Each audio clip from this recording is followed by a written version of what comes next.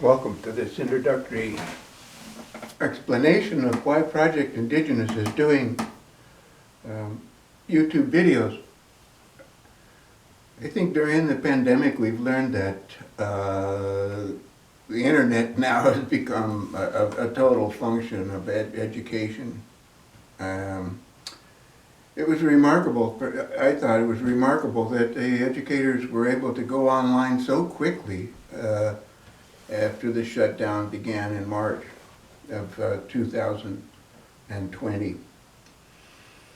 But you know, I'm at the predicament of, as an educator, we're trying to figure out, others I know as well, because I have some that are living near me that I've talked with about, you know, what are we going to do for education? How are we going to get kids outdoors with, you know, the mask and distancing requirements?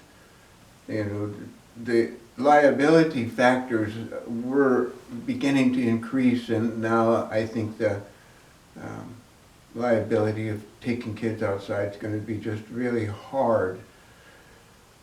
So, you know, we're going to be able to go indoors with video, and I'm learning just bits and bits of how to take a video.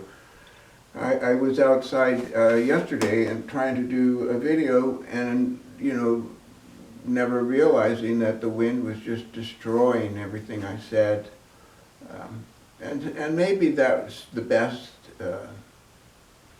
you know, to bring it indoors into a staged scene is what photography and, you know, capturing the shadow, you know, shadow captured. What they've done all along is they've made a scene or a set. And so that's what I'm going to do too. So my friend at Animal Educate, and I want to mention her because she has been a driving force of, you know, get out there and do this, you know, practice and make videos. And I appreciate what she does because she gets me activated. Most of my days, you know, are just spent trying to think of creative ways now to do video, and that's really encouraging because during the lockdown it became a little dry around here by myself and the dog. Anyway, so, you know, that's why we wanted to do the video, was to be able to go indoors with some of the things that we learned outdoors. But you have to remember, is in education, all of our education is about discovery.